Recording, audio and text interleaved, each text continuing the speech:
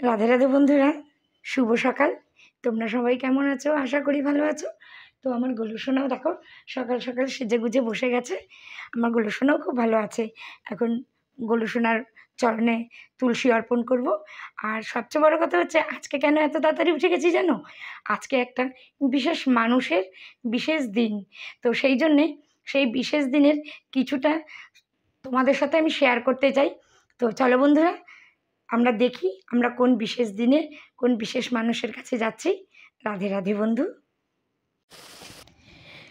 তো বন্ধুরা, যেই শুভ দিনটার কথা আমি তোমাদের কাছে বলতে যাচ্ছি, তো চলো, যেই শুভ দিনে প্রথমেই আমাদের পায়েস ছাড়া কিছুই হয় না।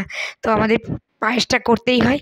তো সাথে করে আমরা এখন একটা ফ্যাশনের মধ্যে তো এসেই গেছি, আমাদের কেকটা বার্থডেতে লাগেই। তো চলো, এইবার আমরা বলছি যে এই বার্থডেটা কার হতে চলেছে। তো আমরা সেই জায়গাতে এখন এসে পৌঁছে গেছি।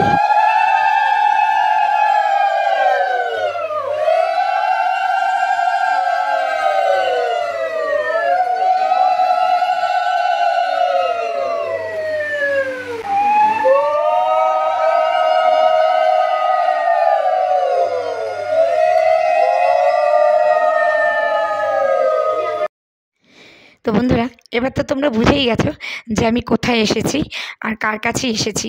আমাদের মণি মামা, মানে আমাদের তো সবাই জানো 3 নম্বরে মণিকালীর মন্দির আছে, সে হচ্ছে মামা। যে কোনো একটা সময়তে আমার শাশুড়িকে বোন ডেকেছিল, সেই সূত্রেই আমার মামা হয়। তো আজকে মামার শুভ জন্মদিন। তো আমি নিজে হাতেই সবটা করেছি। তো গিয়েছিলাম চাকদাতে কেক আনতে। তো সেখানে কেক আনতে গিয়ে আমি ভীষণ ফ্যাসাদে পড়ে গেছিলাম। গিয়ে দেখি কেকের দোকান বন্ধ। আর আমি যেখান থেকে কেক আনি তারা গড়িয়া মঠে দীক্ষিত, আর টোটালটাই নিরামিষ কেক বানানো হয়। তো আমি আমার গোলু সোনার জন্য ওখান থেকেই আনি। তোমরা এর আগেও দেখেছো। তো মামার কাছে তো এসেছি, এসে দেখলাম মামার তো খুব জ্বর। আগে আমি বুঝতে পারিনি যে মামার এতটাই জ্বর। আর মামা এবার মানে 84 বছর পার করে মামা 85 বছরে পড়লো। আমি মোমবাতিও নিয়ে এসেছি মামার জন্য। তো এত কিছু করার পরেও তো আমার মনে একটু দুঃখও থেকে গেল। তো জানি না এরকম দুঃখ আমার মতন তোমাদেরও হয় কি না।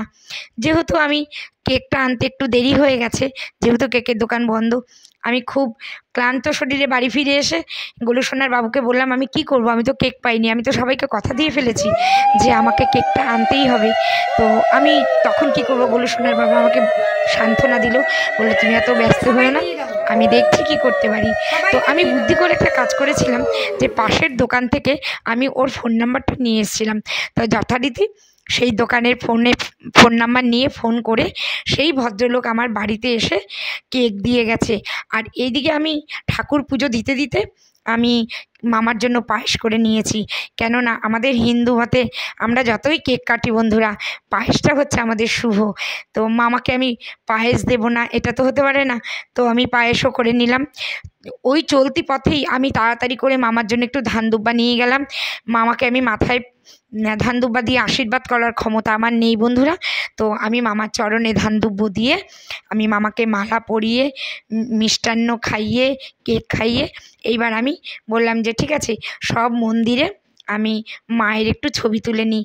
আর এদিকে আমার দুঃখটা ওদিকেই হয়েছে যে আমি আমার দেরি হয়ে গেছে, কিন্তু সবাই আমাকে বলছে কেন এত দেরি হচ্ছে, কিন্তু কেউ বুঝতেই চেষ্টা করলো না যে আমার দেরিটা কেন হলো।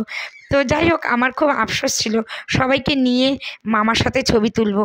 তো আমি মামার নিয়ম কাজ করতে করতে এসে দেখলাম সবাই প্রসাদ পেতে বসে গেছে। তো আমার ওই জায়গাটা একটু দুঃখ হয়েছে যে আমি চেয়েছিলাম সবাইকে নিয়ে ছবি তুলে সবাই একসাথেই বসবো। তো যাই হোক, সবার মনের মতন তা সবাই হয় না, আমার সাথে হয়তো এটাই হওয়ার ছিল, তাই হয়েছে। আমার মনের দুঃখটা মনেই রয়ে গেল। দেখি সামনের বছর যদি পারি আবার সবাইকে সুন্দর মতন করে নেব। তবে বন্ধুরা, তোমরা আশীর্বাদ করো, আমার মামার সেদিন শরীরটা খুব খারাপ ছিল, তো যেন সুস্থ হয়ে যায়, ভালো থাকে।